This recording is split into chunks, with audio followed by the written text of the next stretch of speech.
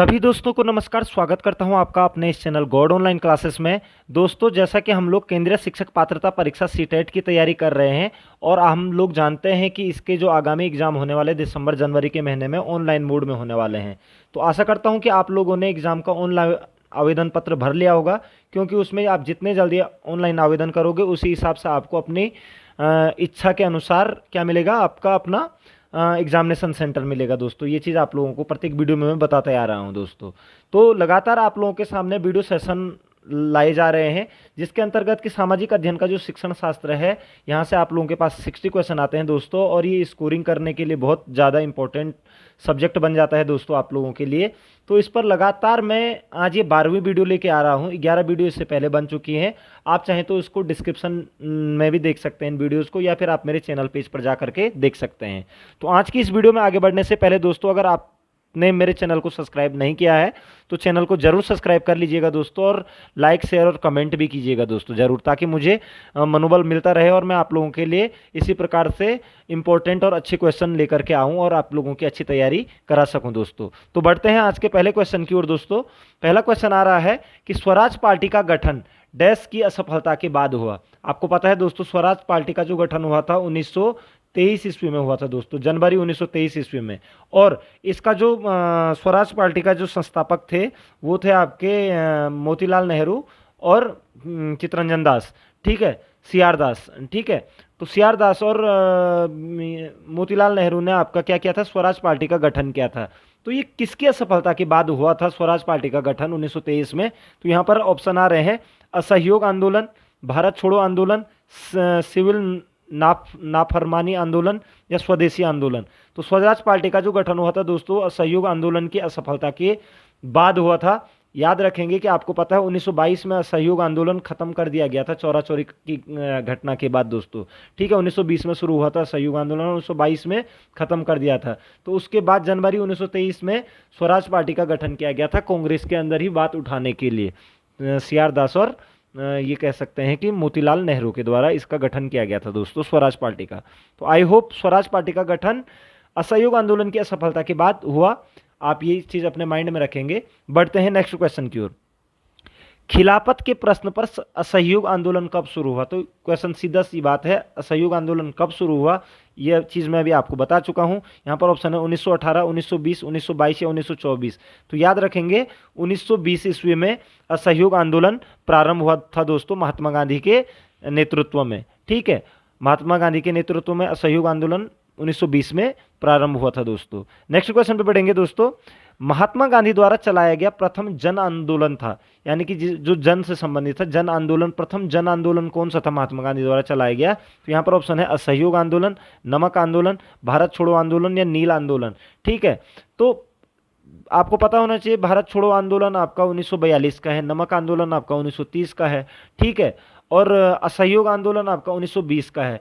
इससे पहले भी आपको पता होना चाहिए दोस्तों कि खेड़ा आंदोलन किया, चंपारण आंदोलन किया, लेकिन प्रथम जन आंदोलन के रूप में महात्मा गांधी का जो जाना जाता है वो असहयोग आंदोलन जाना जाता है दोस्तों। प्रथम जन आंदोलन के रूप में जो महात्मा गांधी ने आंदोलन चलाया था, असहयोग आंदोलन 1920 में चलाया था और 22 तक चला था दोस्तों, और चौरा चौरी की घटना के बाद 1922 में इस आंदोलन को समाप्त कर दिया था महात्मा गांधी जी ने, ठीक है। नेक्स्ट क्वेश्चन पे चलते हैं दोस्तों।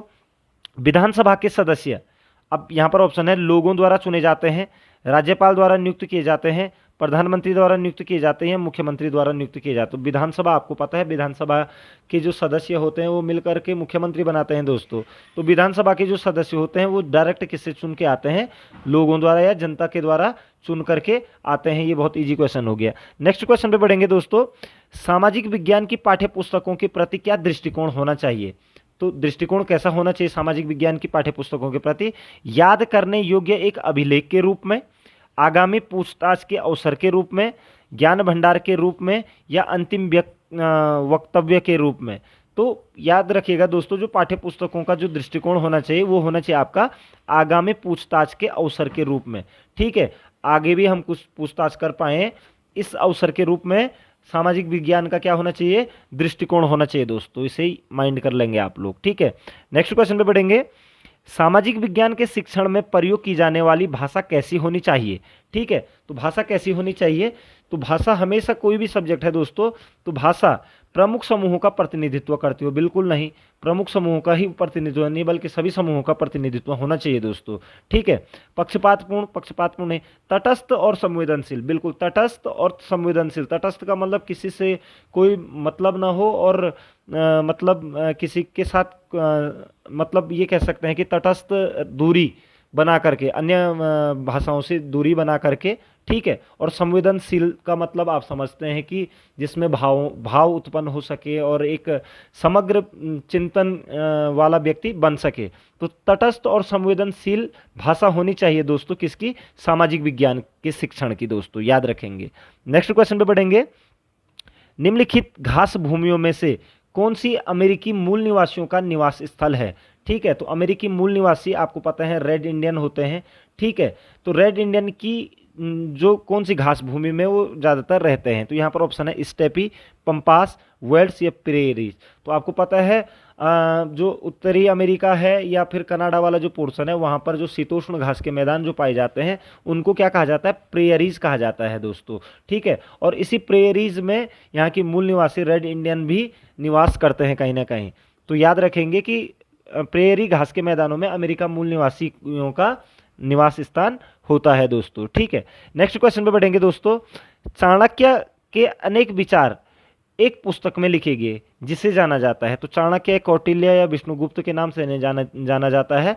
तो चाणक्य के अनेक विचार एक पुस्तक में लिखे गए जिसे जाना जाता है अथर्ववेद के रूप में, यजुर्वेद के रूप में, धर्मशास्त्र के रूप में, अर्थशास्त्र के रूप में। तो याद रखेंगे दोस्तों, चाणक्य के जो विचार आए हैं वो है अर्थशास्त्र के रूप में, और अर्थशास्त्र एक पुस्तक थी चाणक्य की जो कि राजनीति पर आधारित है दोस्तों, राजनीति पर आधारित है। एक क्वेश्चन पूछ लिया जाता है कि अर्थशास्त्र पुस्तक के लेखक कौन है, तो आप कहेंगे चाणक्य, और ये पुस्तक किस पर आधारित है, अर्थ पर नहीं है बल्कि हम कहेंगे राजनीति से संबंधित मौर्य साम्राज्य का इसमें विस्तृत वर्णन किया गया है दोस्तों। नेक्स्ट क्वेश्चन पे बढ़ेंगे दोस्तों। रॉलेट अधिनियम 1919 का विरोध किया गया था क्योंकि, आपको पता है कि रॉलेट एक्ट जो था 1919 में आया था, इसका विरोध क्यों किया गया था। इसमें मुसलमानों के लिए पृथक निर्वाचन क्षेत्रों का अधिकार प्रदान किया गया था, बिल्कुल गलत है दोस्तों। इसमें भारतीयों के हथियार रखने पर रोक लगाई गई थी, ये भी गलत है। इसमें अभिव्यक्ति की स्वतंत्रता जैसे मौलिक अधिकारों पर अंकुश लगाया तथा पुलिस को और अधिक अधिकार दिए थे, बिल्कुल ये सही है। और प्रांतों में द्वैत शासन लागू किया गया था, इसके तहत नहीं किया। याद रखेंगे दोस्तों, जो रॉलेट एक्ट था वो भारतीय स्वतंत्रता के लिए जो उग्र विद्रोह हो रहे थे उनको दबाने के लिए लाया गया था, ताकि ज़्यादा राष्ट्रवादी आंदोलन न चल पाए, ठीक है, और हिंसक न बन सकें। इसलिए अंग्रेजों के द्वारा रॉलेट एक्ट 1919 में आया था। तो इसमें इन्होंने क्या किया कि मौलिक अधिकारों का हनन करना शुरू कर दिया था, क्योंकि इसमें क्या था कि नो अपील, नो वकील और नो दलील, कोई चीज़ नहीं हो सकती, और सीधा क्या हो रही थी, फांसी की सजा सुनाई जा रही थी। तो इसका ही विरोध किया गया था, रॉलेट एक्ट का विरोध किया गया था, 1919 का ही विरोध है। तो इसमें इसका जो सार निकलता है कि इसमें अभिव्यक्ति की स्वतंत्रता जैसे मौलिक अधिकारों पर अंकुश लगाया गया और पुलिस को अधिक से अधिक क्या दिया गया, अधिकार दे दिए गए थे। तो यही इसका आंसर सही है दोस्तों। ठीक है, नेक्स्ट क्वेश्चन पे बढ़ेंगे। बौद्ध धर्म में बोधिसत्व थे, बोधिसत्व कौन थे। वे लोग जिन्होंने निर्वाण प्रबोध प्राप्त किया, चीनी बौद्ध तीर्थयात्री, बौद्ध विद्वान या बुद्ध की प्रतिमाएं। तो याद रखेंगे जो बोधिसत्व वही थे जिन्होंने क्या, निर्वाण की प्राप्ति की दोस्तों, जिन्हें निर्वाण की प्राप्ति हुई यानी कि जिन्हें मोक्ष की प्राप्ति हुई थी, वही बोधिसत्व कहलाए दोस्तों। वे लोग जिन्होंने निर्वाण या फिर प्रबोध प्राप्त किया वही बोधिसत्व होते हैं बौद्ध धर्म में दोस्तों। ठीक है, नेक्स्ट क्वेश्चन में बढ़ेंगे दोस्तों। दिल्ली के सुल्तानों के शासनकाल में निम्नलिखित में से कौन सी एक प्रशासनिक भाषा थी। तो दिल्ली सल्तनत में कौन सी प्रशासनिक भाषा थी। ऑप्शन है फारसी, हिंदी, अरबी, उर्दू। बहुत कंफ्यूजिंग क्वेश्चन हो जाता है दोस्तों, तो याद रखिएगा फारसी जो भाषा थी इनकी क्या थी, प्रशासनिक भाषा थी दोस्तों दिल्ली सल्तनत की। यद्यपि अरबी और उर्दू का भी प्रचलन था, लेकिन फारसी भाषा जो थी वो इनकी अपनी प्रशासनिक भाषा थी दोस्तों, ये याद रखेंगे। अगर वीडियो पसंद आ रही है दोस्तों तो जरूर लाइक तो करेंगे ही करेंगे आप लोग, ये आशा रखता हूं आप लोगों से। नेक्स्ट क्वेश्चन पे बढ़ते हैं दोस्तों।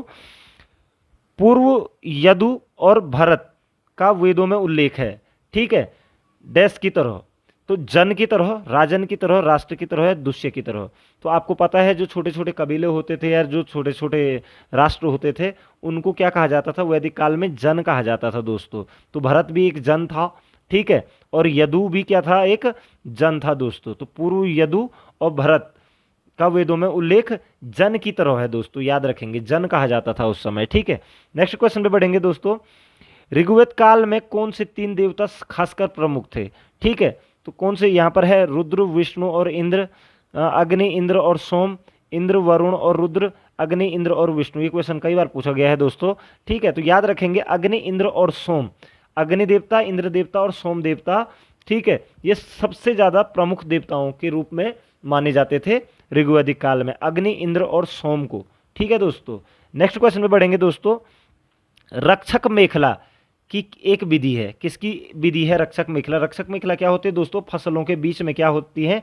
पेड़ों को लगा दिया जाता है दोस्तों, ठीक है। पेड़ों के बीच में फसलों को, या ये कह सकते हैं कि पेड़ों की कतार लगाई जाती है और उसके बीच में क्या की जाती है? खेती की जाती है, ठीक है, जिससे कि क्या होता है कि मृदा बह नहीं पाती है। तो रक्षक मेखला डैश की विधि है, तो जल संरक्षण, मृदा निर्माण, बागानी या मृदा संरक्षण। तो इसका आंसर हो जाएगा मृदा संरक्षण की एक विधि है रक्षक मेखला दोस्तों, ठीक है। नेक्स्ट क्वेश्चन पे बढ़ेंगे दोस्तों।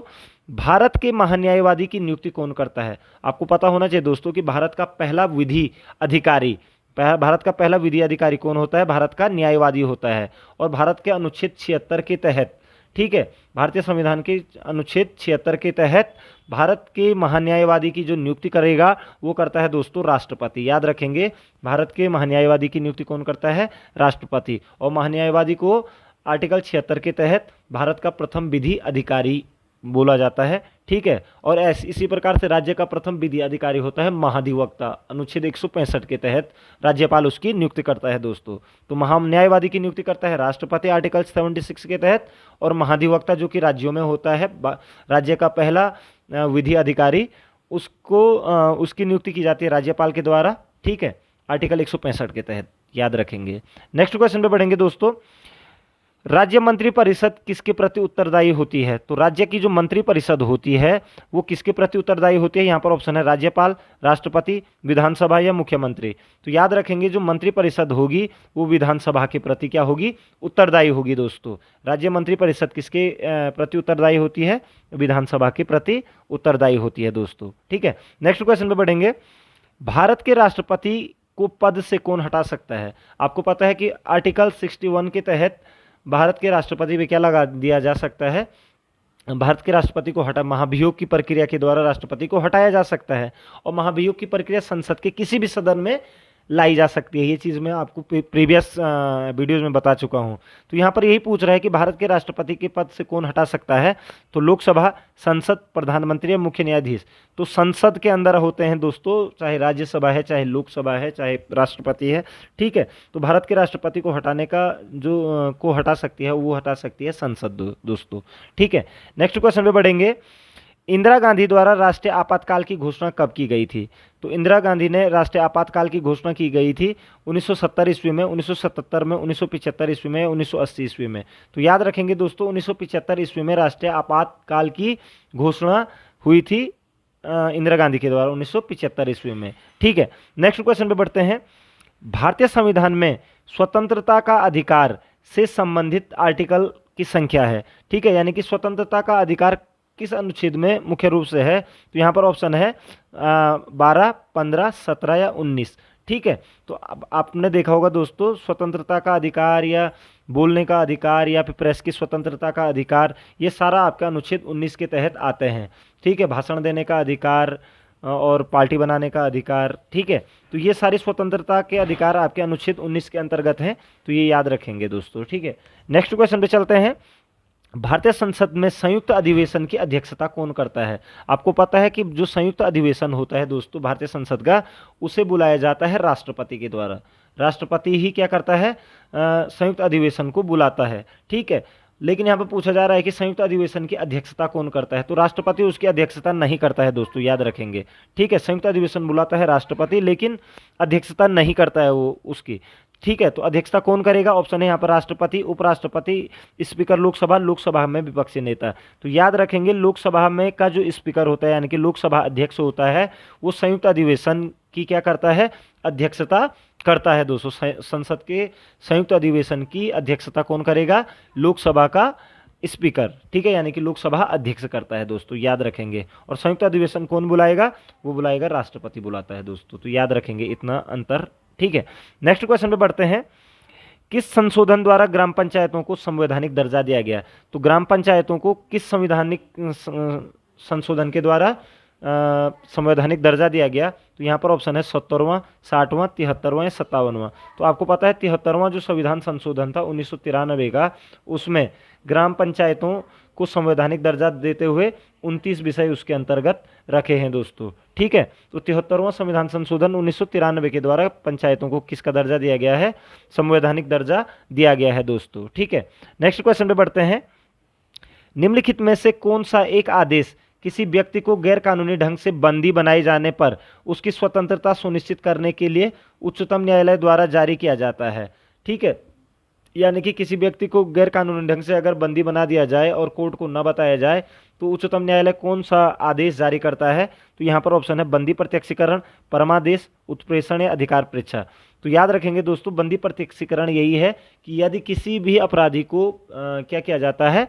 बंदी बनाया जाता है तो 24 घंटे के अंदर अंदर उसे कहाँ? कोर्ट में क्या करना पड़ता है? पेश करना पड़ता है, ताकि उसके कृत्य की जांच हो सके कि वो क्या वास्तव में अपराधी था या फिर नहीं था। तो 24 घंटे के अंदर अंदर उसे कहाँ? कोर्ट में पेश करना पड़ता है दोस्तों।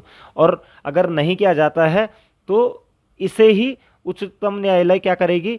रिट दायर कर सकती है बंदी प्रत्यक्षीकरण की, याद रखेंगे दोस्तों, ठीक है। नेक्स्ट क्वेश्चन पे बढ़ेंगे। भारत में राष्ट्रीय आय लेखा किसके द्वारा प्रकाशित किया जाता है? कि भारत की राष्ट्रीय आय का जो लेखा होता है वो किसके द्वारा प्रकाशित किया जाता है? यहाँ पर ऑप्शन है योजना आयोग, भारतीय सांख्यिकीय संस्थान, वित्त मंत्रालय, केंद्रीय सांख्यिकीय संगठन। तो केंद्रीय सांख्यिकी संगठन NSO, ठीक है। तो केंद्रीय सांख्यिकी संगठन के द्वारा भारतीय राष्ट्रीय आय की लेखा का प्रकाशन किया जाता है दोस्तों, इसे याद रखेंगे आप लोग, इंपॉर्टेंट क्वेश्चन है, कई बार पूछ लिया जाता है दोस्तों, ठीक है। नेक्स्ट क्वेश्चन पे चलेंगे।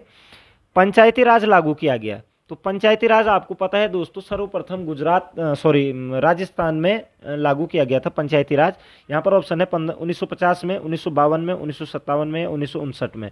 तो पंचायती राज को लागू करने के लिए सर्वप्रथम बलवंत राय मेहता समिति बनाई गई थी, ठीक है।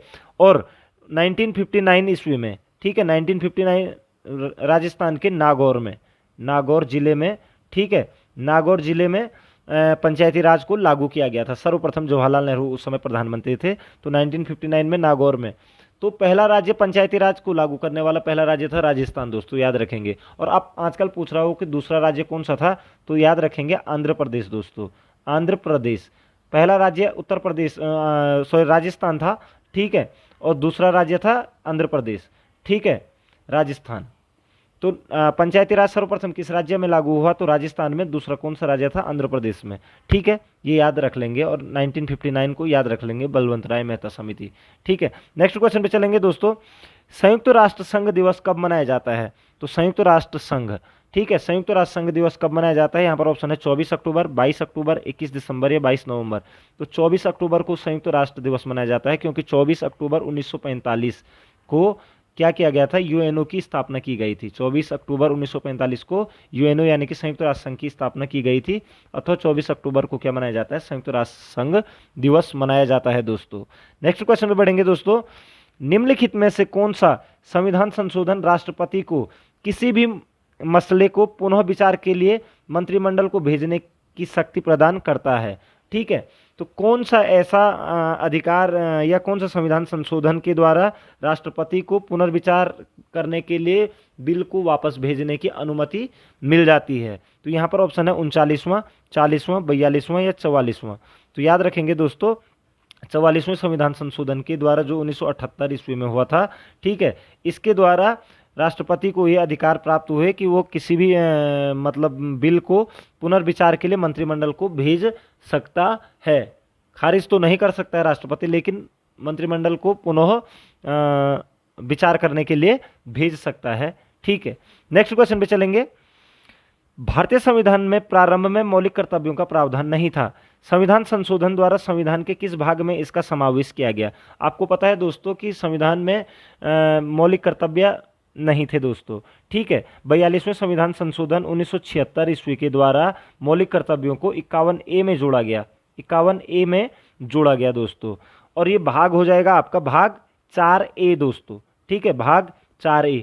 ठीक है, तो 1976 में भाग 4A में 51A, अनुच्छेद 51A में मौलिक कर्तव्यों को जोड़ा गया और मौलिक कर्तव्य सोवियत रूस के संविधान से लिए गए हैं दोस्तों, और इनकी संख्या अभी 11 है।